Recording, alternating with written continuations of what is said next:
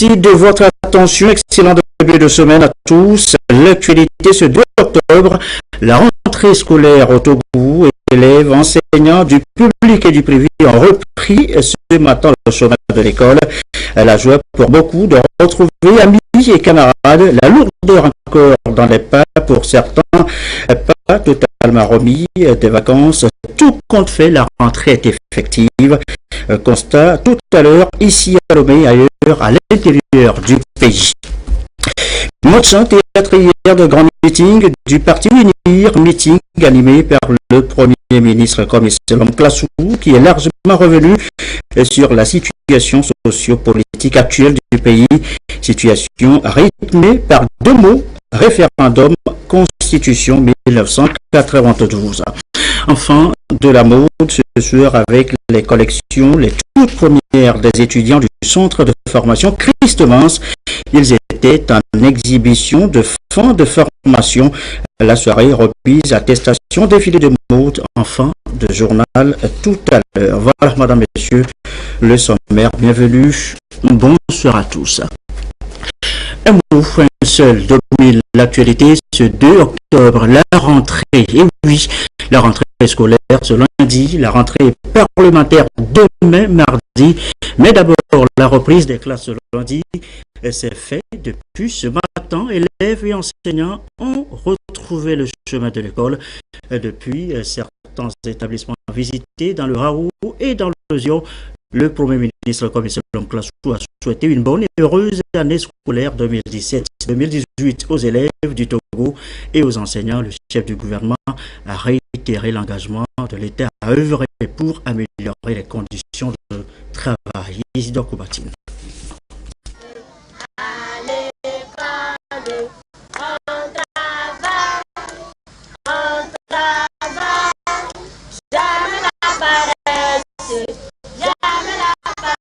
Ambiance des premières heures du premier jour de la rentrée des classes au lycée de Notien, à l'école privée publique de Batopé, puis au CG d'Agbelouvé. La rentrée scolaire 2017-2018 dans ces établissements est effective. Le Premier ministre, chef du gouvernement, Commissaire Classou, était sur place pour encourager les enseignants dans l'exercice de leur métier et souhaiter une bonne année scolaire couronnée de réussite aux apprenants.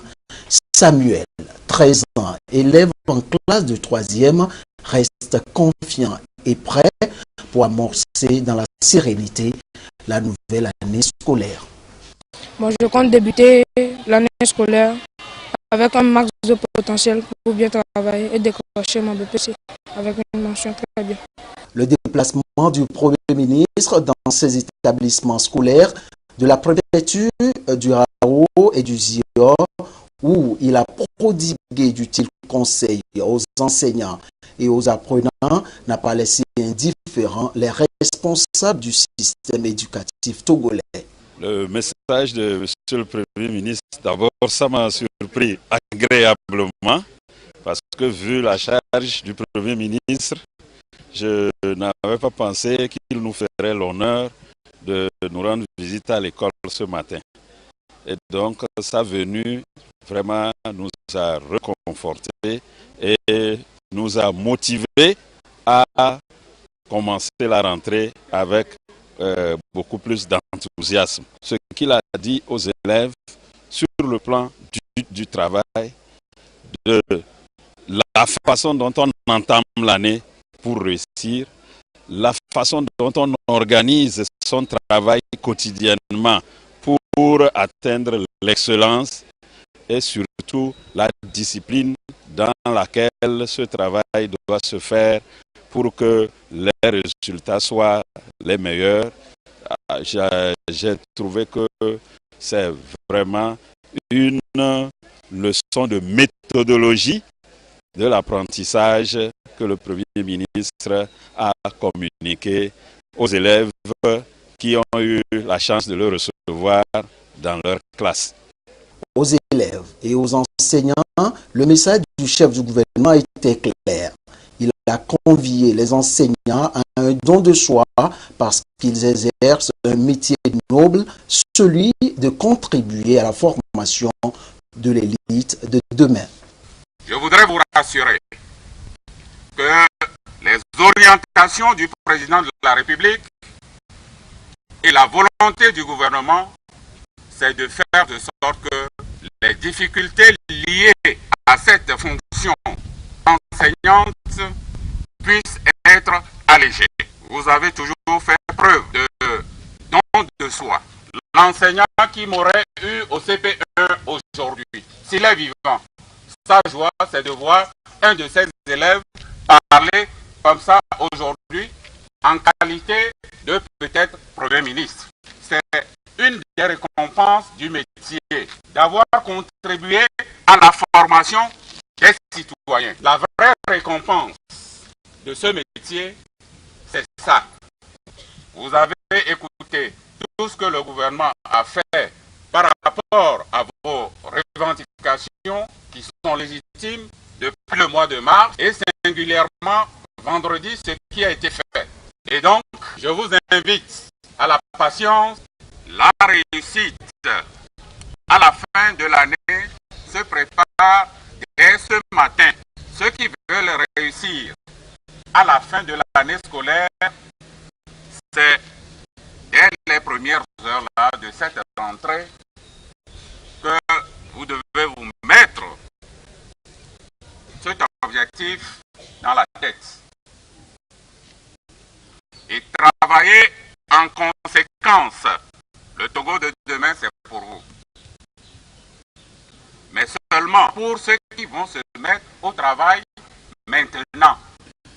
Lorsque l'enseignant fait le cours, on doit accorder toute l'importance à ce que dit l'enseignant. Il n'y a pas de réussite sans la discipline. Notre souhait, le souhait du président de la République, le souhait du gouvernement, c'est pour que vous, les apprenants, vous puissiez réussir. Et surtout que nous sommes dans un système LMD aujourd'hui, que vous puissiez faire la différence lorsque, par vos efforts et par la grâce de Dieu, vous serez appelés à faire des études supérieures, que ce soit ici au Togo ou ailleurs, en ce moment, que vous puissiez faire la différence avec votre collègue venant d'autres pays. Notre souhait, c'est d'avoir la parité. Mesdemoiselles, les jeunes filles, mettez-vous au travail, tout comme vos collègues garçons.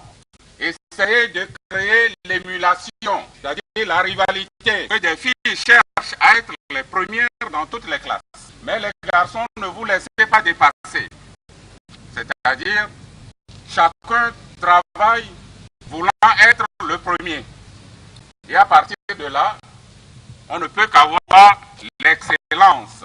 Les parents d'élèves ont été invités par le chef du gouvernement à s'impliquer davantage dans l'éducation et la formation de leurs enfants. Également, à leur endroit, le Premier ministre a apporté l'information sur le projet Schoolashore, destiné à offrir une couverture maladie aux apprenants.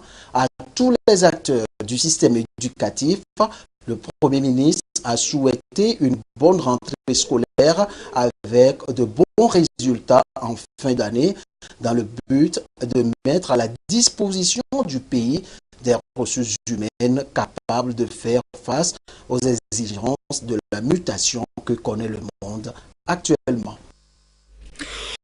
On vient de le voir, les tenues scolaires ont, comme partout, réapparu également dans la rue de Lomé ce matin. Une reprise des classes constatée aussi par le ministre des Enseignements primaires et secondaires. Visite guidée avec Rachel Aokou.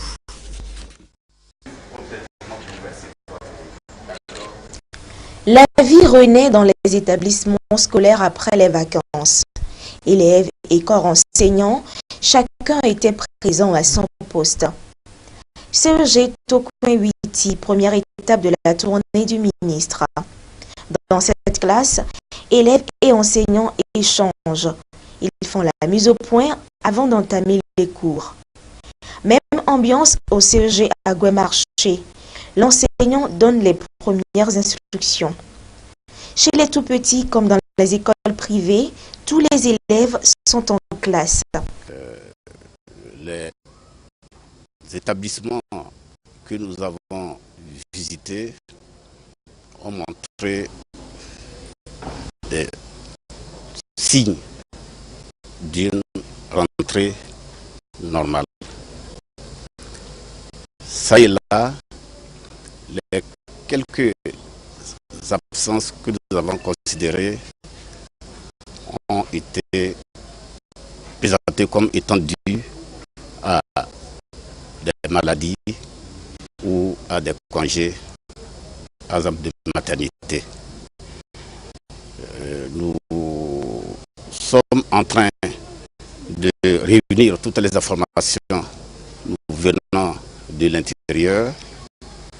Le moins qu'on puisse dire, c'est que pour le moment, tout se passe bien. Partout où le ministre est passé, le message est le même.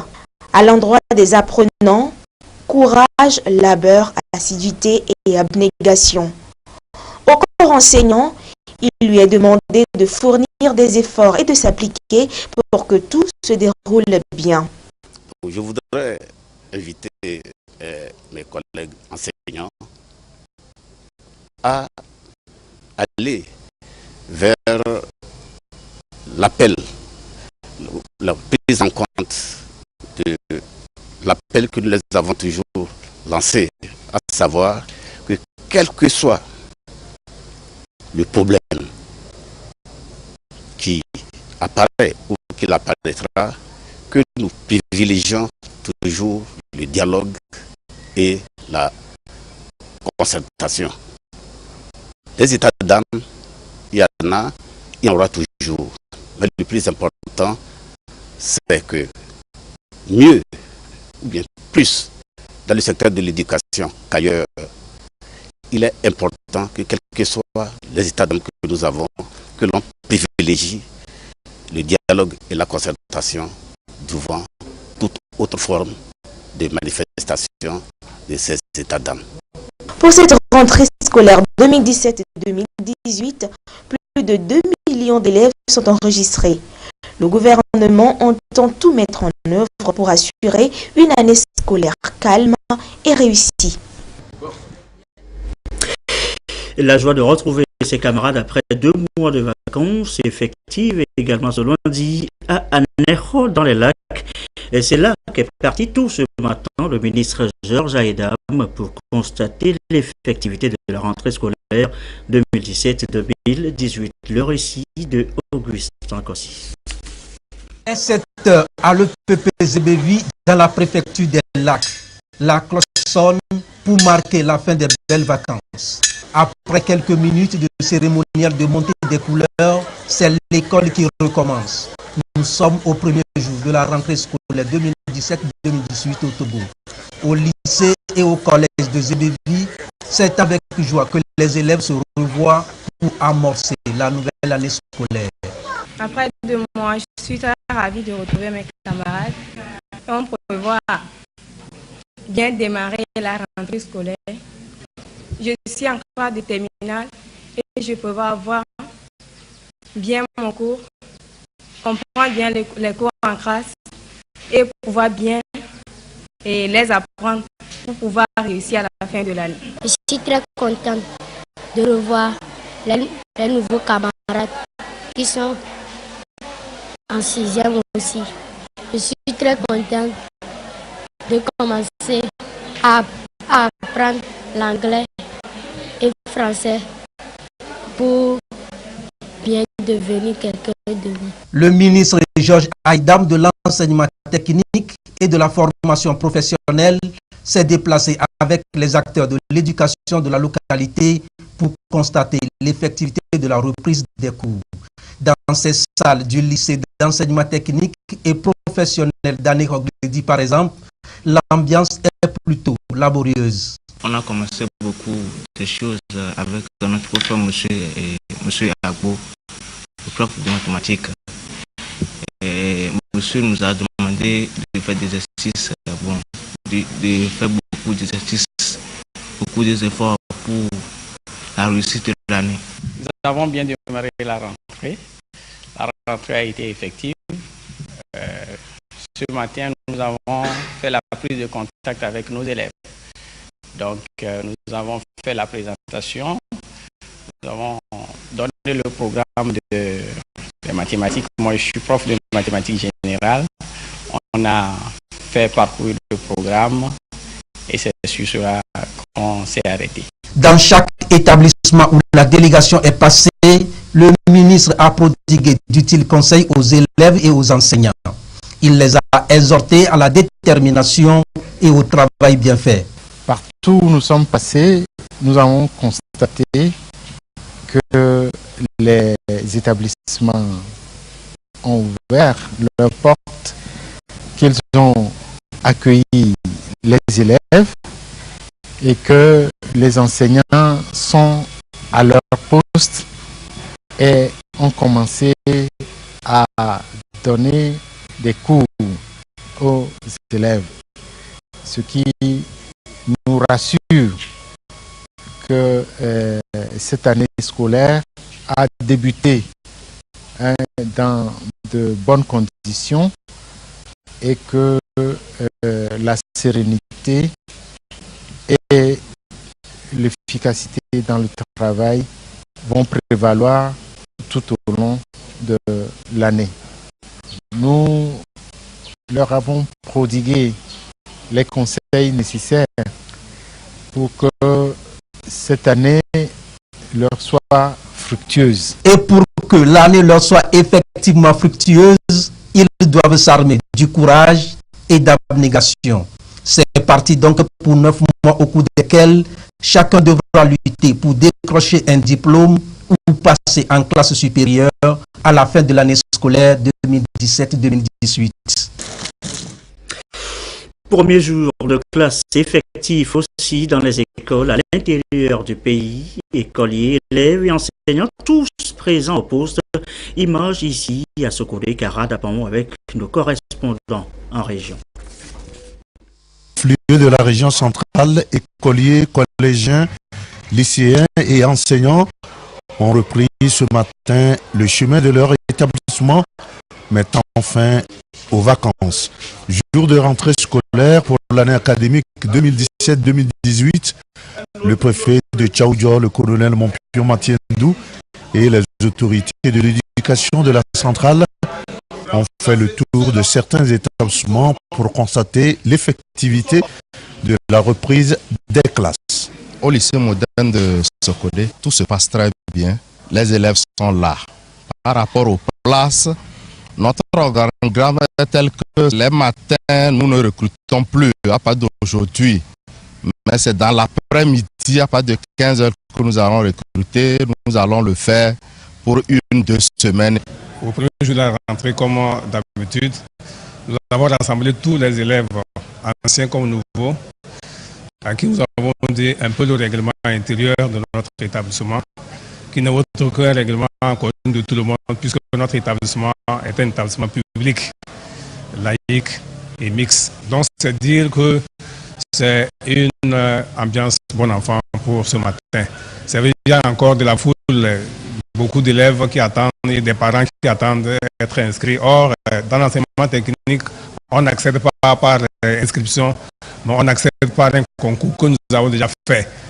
Le médiateur régional de l'éducation du centre, satisfait de la rentrée scolaire, appelle les acteurs à jouer leur partition pour que l'année soit couronnée du succès.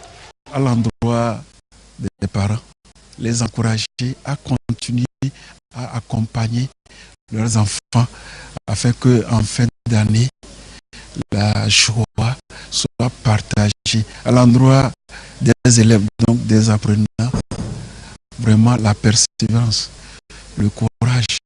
Quant aux professeurs, je voudrais, au nom du monde scolaire, leur dire il n'y a pas de découragement. Il y a plutôt de l'espoir. L'espoir surtout que les autorités les plus hautes de ce pays ont pris à bras le corps le problème des revendications, des aspirations, d'amélioration des conditions de vie et de travail. Dans les établissements visités, le préfet de Tchaoudjo a prodigué des conseils aux enseignants et aux apprenants afin que les résultats de la fin de l'année comblent les attentes.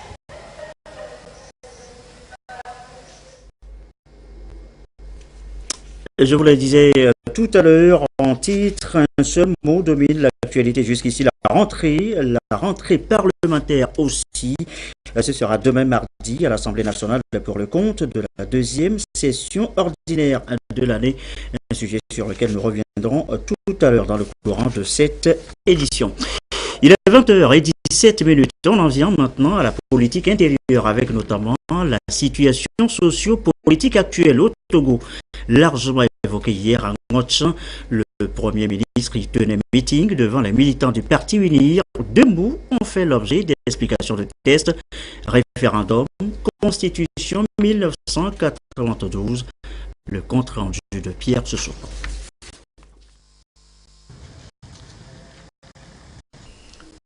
La préfecture de Haro, mobilisée pour réitérer son soutien au président de la République, Faure Gnassingbé. Militants et sympathisants venus des différents cantons de la préfecture. Ils ont répondu à l'appel de leur parti uni, Union pour la République, pour s'informer sur les réformes politiques, institutionnelles et constitutionnelles. Sujet qui appelle à des sessions d'information au profit des populations. Et c'est dans ce contexte que le Premier ministre va s'adresser à la foule rassemblée. Un canal pour faire passer bien le message. À partir des images de la vie quotidienne, comme ici l'homme Classou a amené le peuple venu l'écouter à comprendre les dispositions de la Constitution. Dans un schéma clair, la problématique de la rétroactivité de la loi est comprise par le monde présent à ce meeting. Selon le Premier ministre, si quelqu'un a reçu par exemple 5 coups de bâton sous une première loi et qu'une nouvelle loi change la sanction en 10 coups de bâton quelques années plus tard, on ne reviendra pas compléter les coups à celui qui en avait déjà reçu les 5 auparavant. De même, si le nombre de coups était inversé dans les deux lois, on n'effacera pas 5 sur les 10 coups déjà reçus. Il faut que les gens comprennent qu'on fait les lois pour le futur et non pas pour le présent ou bien le passé. Et donc, la base que nous sommes, je pense que nous sommes imprégnés de cette information. Et quand on va retourner dans nos localités, nous allons donc propager le message pour que tout le monde acquiert ce message. Ce que nous voyons à travers les autres pays, nous ne voulons pas que cela arrive dans notre pays. Et c'est ce que son Excellence Premier ministre nous a expliqué. Nous devons cultiver la paix, et la sérénité et surtout la démocratie dans notre pays. Aux côtés de commissaire Lom Classou, des dignitaires, mais aussi des cadres du milieu et du parti. Les forces vives de Haro ont exprimé leur adhésion à la démarche du chef de l'État qui a pris l'initiative des réformes engagées. Excellence, Monsieur le Premier ministre, nous, jeunes, femmes, hommes, vaillantes et dynamiques populations des diverses contrées, représentant toutes les forces vives de la préfecture de Gao, faisant le constat de l'évolution du climat sociopolitique qui prévaut dans notre pays depuis quelques semaines, déplorons avec une forte indignation les violentes manifestations survenues dans certaines villes de notre pays à l'occasion des marches organisées par certains partis politiques de l'opposition. Conscient que le climat de paix sociale, de stabilité et de cohésion nationale dont jouit le Togo, notre pays, est enviable dans un contexte sous-régional et international agité par des conflits et des actes de terrorisme qui perturbent la quiétude des populations et portent préjudice au développement, convaincu que la démocratie partout au monde ne peut être durable et prospère que dans un climat de paix, de respect de la loi et des institutions de la République, qu'en aucun cas, aucune manifestation politique ne doit être porteuse de haine tribale, politique, d'actes de vandalisme, d'intolérance et de repli identitaire,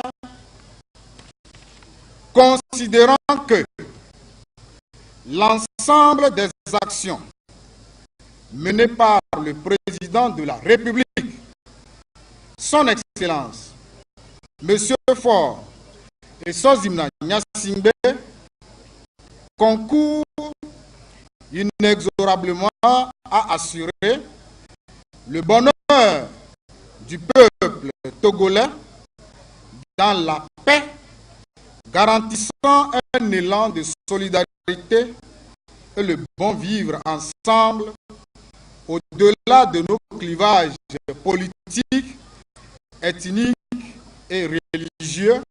Président Faure, n'ayez peur de rien. La grande majorité du peuple togolais est à vos côtés. Pour le Premier ministre, l'initiative reste nécessaire pour éclairer les lanternes et appeler chaque acteur de la vie nationale à la vigilance et à la mobilisation soutenue derrière les institutions de la République. Nous avons expliqué à nos populations la réalité des choses. Nous avons participé aussi au dialogue. On sait qui a dit quoi au cours des dialogues. Qui sont ceux qui ont refusé qu'en 2014, on ne puisse pas parvenir à la réforme. Aujourd'hui, ce sont les mêmes qui crient en disant que le président Faure ne veut pas. Donc nous avons apporté l'éclairage à nos populations pour dire le président Faure est le premier à encourager les réformes dans notre pays. Mais seulement pour ce qui concerne les lois constitutionnelles, le constituant très sage et intelligent n'a pas voulu qu'un petit groupe procède à des réformes, sinon unir avec 70 députés sur 91 pouvait le faire. Le constituant, dans sa sagesse, a dit 4/5 pour que ce soit un travail de consensus. Mais quand nous sommes deux et qu'on cherche un consensus, il faut que chacun fasse le pas vers l'autre. Mais quand l'autre se mure derrière je ne sais quoi pour dire que celui qui a fait le pas c'est lui qui refuse. Je vous laisse, journaliste, apprécier. Voilà l'éclairage que nous avons apporté à nos populations, de ne pas se laisser tromper, de ne pas se laisser entraîner dans des situations que notre pays ne mérite pas. Les agents de l'ICAT, des directions régionales de l'agriculture, de l'élevage et de l'hydraulique et les brigades villageoises cibles principales à mettre à contribution pour jouer un rôle d'alerte précoce dans leur localité. Dans les savanes, ils suivent une formation dans ce sens afin que la veille phytosanitaire soit assurée.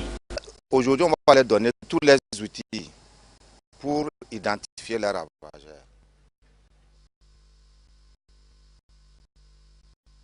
Voilà, on était à Ngotchan pour le meeting du parti Union. On reste à Ngotchan, mais sur un tout autre sujet maintenant. Le CPD, document programme pays 2014-2018, du plus déplore le Togo. Il arrive bientôt à échéance. Les deux partis réfléchissent déjà à son renouvellement avec de nouveaux axes prioritaires à intégrer pour le bien-être des populations. Réunion donc à Ngotchan des principaux acteurs. Les précisions de deux arrêts. Au terme de 4 années de mise en œuvre, une nouvelle dynamique s'impose au programme pays élaboré par les Nations Unies pour pallier les problèmes de pauvreté, d'emploi et favoriser le développement durable.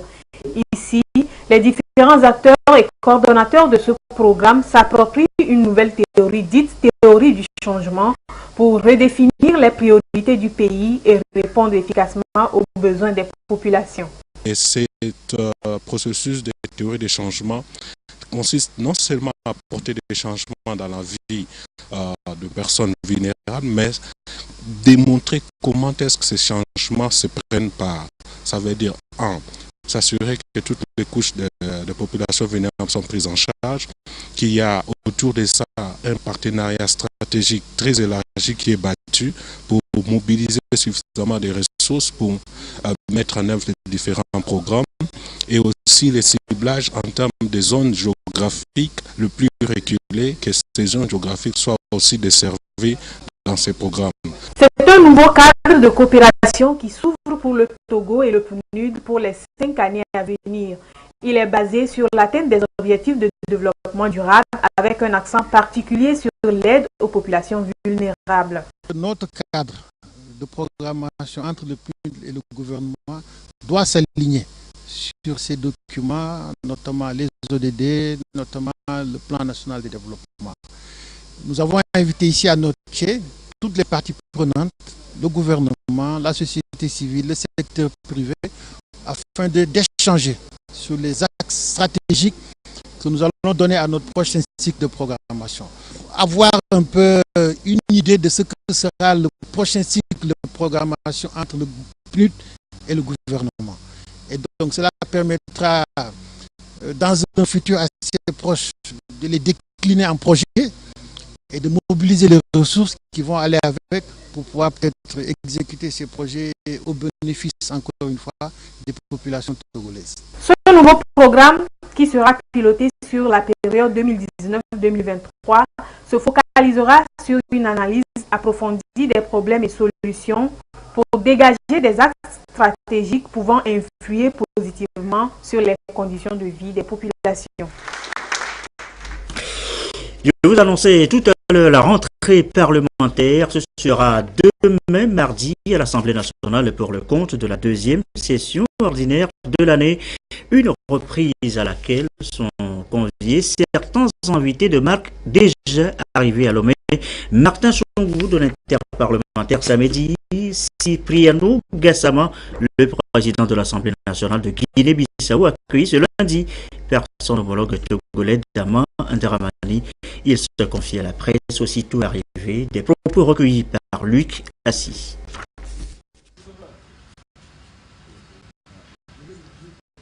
Des relations institutionnelles, des relations parlementaires qui existent entre nos deux institutions session parlementaire, c'est très bon. Et c'est dans ce sens que j'ai tout fait pour venir assister demain la 12e session ordinaire du Parlement togolais. Et aussi, je suis venu me solidariser avec Monsieur le Président et tous les députés togolais. Aujourd'hui, le président fort que je félicite de sa capacité, de son amour à sa patrie, de sa dignité et de son courage en tant que président de la République d'avoir accepté beaucoup de choses, accepté la limitation du mandat et les élections à 2 scrutins. Et c'est dans ce cadre que me conduit à venir ici au Togo pour me solidariser et dire merci président Fort, merci président Damad Dramani. Et voilà les premières déclarations du président de l'Assemblée nationale de la Guinée-Bissau, invité demain de la rentrée parlementaire des députés togolais. Nous évoquions à l'instant le bien-être des populations avec le CPD, document programme pays entre le Togo et le PNUD. Eh bien, le bien-être des populations, c'est aussi le cadre de vie Vaughan, tout comme d'autres villes togolaises en ont besoin. Le ministre de l'Urbanisme, de l'Habitat et du cadre de vie a lancé justement à Vaughan aujourd'hui la phase 2 du schéma directeur de l'aménagement de la ville, un projet pilote. Les précisions de Sonia Amenipou. Vaughan dans la préfecture de Vaud. À l'instar des autres villes du Togo, Vaughan est confronté ces dernières années aux problèmes d'urbanisation et du foncier dû à l'explosion démographique. Afin de trouver des solutions durables à tous ces défis, un schéma directeur d'aménagement et d'urbanisation de la ville a été élaboré en 2016. C'est un outil de planification qui permet de définir et de déterminer la destination générale des sols dans la ville et les orientations stratégiques sur une période de 20 ans. La réalisation de ce schéma est prévue pour une durée de 6 mois et ce, en 3 phases. La première phase est la phase de la documentation. Le schéma directeur, c'est en même temps un plan graphique et des documents écrits. La deuxième phase va servir à la production et l'implantation de ces bornes. Après cela, il va falloir, dans la troisième phase, reprendre les positions de ces bornes. Parce que pendant l'implantation de ces bornes, on peut se retrouver face à certaines situations. C'est-à-dire que quelque chose a été projeté, mais tombe sur des éléments existants.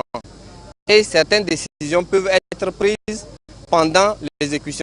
Ici, le ministre de l'Urbanisme, de l'Habitat et du cadre de vie implante les bornes délimitant les zones comprises dans ce schéma. Un acte qui lance officiellement la réalisation des autres schémas directeurs. Aujourd'hui, nos villes ne peuvent que se développer.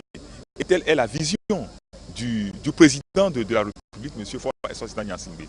Mais les villes ne peuvent se développer que lorsque les occupations sont bien planifiées. Et donc l'intérêt, c'est que la ville de Vaughan aura des réserves administratives pour pouvoir réaliser les infrastructures. Nous aurons des zones non constructives pour éviter les inondations, donc les gens ne vont plus construire là-bas. Les réserves administratives sont là si on veut réaliser une infrastructure. Nous n'aurons plus de problèmes. Les voiries seront respectées et les parcs seront respectés. Donc c'est un instrument de développement économique pour la ville de Vaughan. Occasion également pour les populations de relever un certain nombre de préoccupations et de poser des questions d'éclaircissement sur ce nouveau schéma directeur. Le même exercice sera fait dans les autres préfectures du Togo.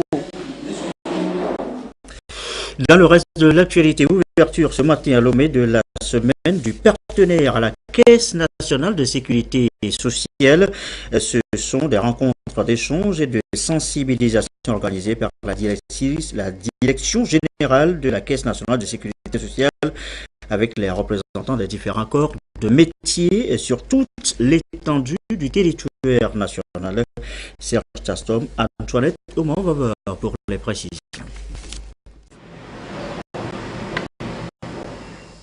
La Caisse nationale de sécurité sociale dans la dynamique de se rapprocher davantage de ses partenaires. Dans son rôle, celui de recouvrer les cotisations sociales, les gérer et de payer les prestations sociales selon le Code de sécurité sociale.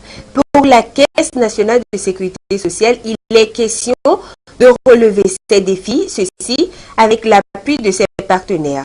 Ainsi, la semaine du partenaire est une initiative pour l'institution d'informer et de sensibiliser ses membres sur les enjeux du régime général de sécurité sociale et de revisiter le cadre prévu pour le recouvrement des cotisations sociales et la gestion du contentieux. Lorsque vous avez un travailleur salarié, lorsque vous êtes travailleur indépendant ou lorsque vous exercez dans l'économie informelle à titre indépendant également, vous avez l'obligation de vous faire affilier au régime que nous gérons. Donc il est question pour la protection sociale, du moins sur le régime que nous gérons, de prendre toutes les dispositions pour donner la garantie à chaque travailleur que lorsque un tel événement va arriver ou arrivera, il y aura donc derrière des garanties de prise en charge qui seront donc assurées par notre régime. Une démarche qui invite tous les membres de la Caisse nationale de sécurité sociale à se conformer aux règles prévues par le régime de la Caisse. Les représentants des différents corps de métier saluent cette initiative. Il est bon que de temps en temps, on puisse rafraîchir la mémoire aux uns et aux autres en ce qui concerne les différents devoirs et en ce qui concerne les différentes obligations et en même temps en ce qui concerne les avantages des uns et des autres. Et si nous ne contribuons pas, si nous ne respectons pas les règles qui devaient régir cette institution, je crois que nous ne sommes pas de bons contribuables. Plus de 20 différents corps de métier sont attendus à cette semaine du partenaire qui se déroulera tout le mois d'octobre. La Caisse nationale de sécurité sociale entend étendre la couverture sociale aux travailleurs indépendants, à ceux de l'informel et aux ministres de culte. Cette date à retenir par son intérêt, le 2 octobre, c'est la journée de l'habiteur. À l'occasion, le ministre Cécénou a de nouveau rappelé les efforts en faveur d'un logement décent pour tous. Comme Boyodé. La question du droit au logement au centre des préoccupations au Togo et dans le monde. Il s'agit donc d'œuvrer pour un accès de tous à un logement décent. Le droit de tous à disposer d'un lieu où vivre dans la sécurité, la paix et la dignité. En clair, le logement a été consacré par le 5e axe stratégique de la SCAP, à travers laquelle le Togo mène déjà de nombreuses actions dans le sens de l'amélioration du cadre de vie de la population. Dans ce programme de réforme, le gouvernement a capitalisé à l'actif du pays plusieurs stratégies et politiques dans le cadre de l'offre de logement à l'ensemble des couches sociales de la population en visant ainsi l'atteinte de la cible 11 des ODD. Et pour venir à bout de ce problème de logement de plus en plus récurrent dans les villes togolaises, des mesures seront prises très prochainement pour améliorer les rapports entre bailleurs et locataires. Votre situation préoccupe profondément le gouvernement. C'est dans ce souci que très prochainement, Le texte portant réglementation des baux d'habitation et fixation du prix des loyers des baux à usage professionnel sera élaboré et adopté afin d'améliorer les rapports entre bailleurs et locataires. La journée de l'habitat a été décrétée le 17 décembre 1985 par l'Assemblée générale des Nations Unies et se tient tous les premiers lundis du mois d'octobre. Elle est à sa 32e édition. De la culture, du fashion show à présent avec cette remise de parchemin aux étudiants de l'Institut de couture Christ de Mins. Après 3 années de formation, ils ont reçu leur certificat de fin de formation et pour montrer et démontrer leur savoir-faire, leur collection, les toutes premières d'ailleurs de leur vie professionnelle. Ces collections ont été présentées donc au cours d'un défilé de mode. Leur résumé avec Cérine, Raymond et Rachel Aoutou. De l'étudiant styliste. Un podium spécialement dressé pour les étudiants de Christ de Mins. Ces jeunes présentent les créations pour lesquelles ils ont consacré 3 années de leur vie. La mode, le style, la créativité étaient au rendez-vous.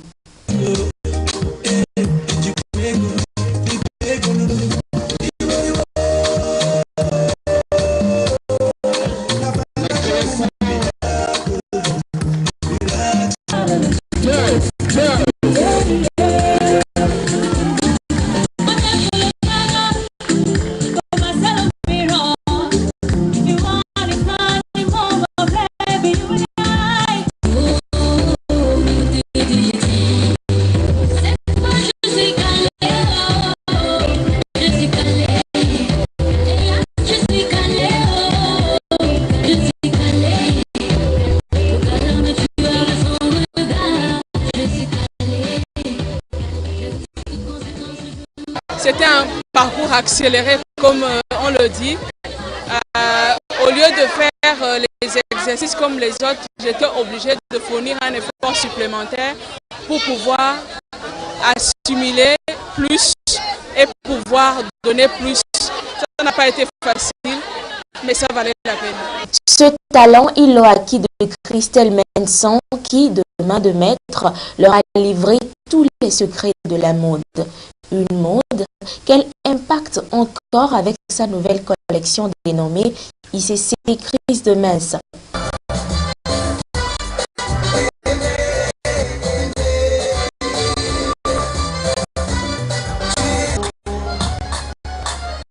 Je t'avais dit que l'amour est une fleur qui se pose sur l'autre fleur. Tu ne croyais pas mon Dieu. Après, tu as dit que Dieu a raison.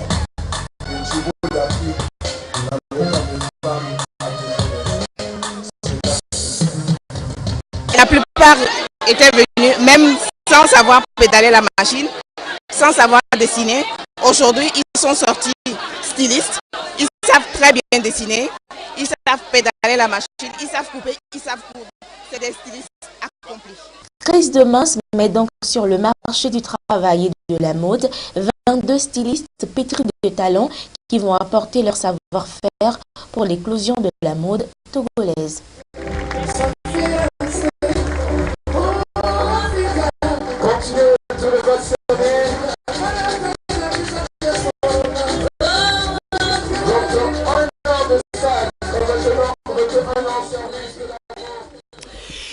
Ce communiqué, avant de refermer cette édition du soir, la direction générale de la compagnie Énergie électrique du Togo informe son aimable clientèle que suite à une panne survenue sur le réseau électrique de la CEB ce lundi 2 octobre 2017 aux environs de 13h15, la fourniture du courant électrique a été interrompue dans les localités suivantes: Akoumapé, Vaughan, Raotoui, Bomé et leurs environs. Les équipes techniques de la CET de la CEB sont à pied d'œuvre pour un retour à la normale dans les meilleurs délais. La direction générale présente ses excuses aux clients des localités concernées pour le désagrément et la remercie pour leur bonne compréhension. Voilà qui me fin à cette édition du soir. Merci à vous qui nous suivez ce soir encore sur la télévision togolaise et comme d'habitude et toujours fidèlement. Belle soirée.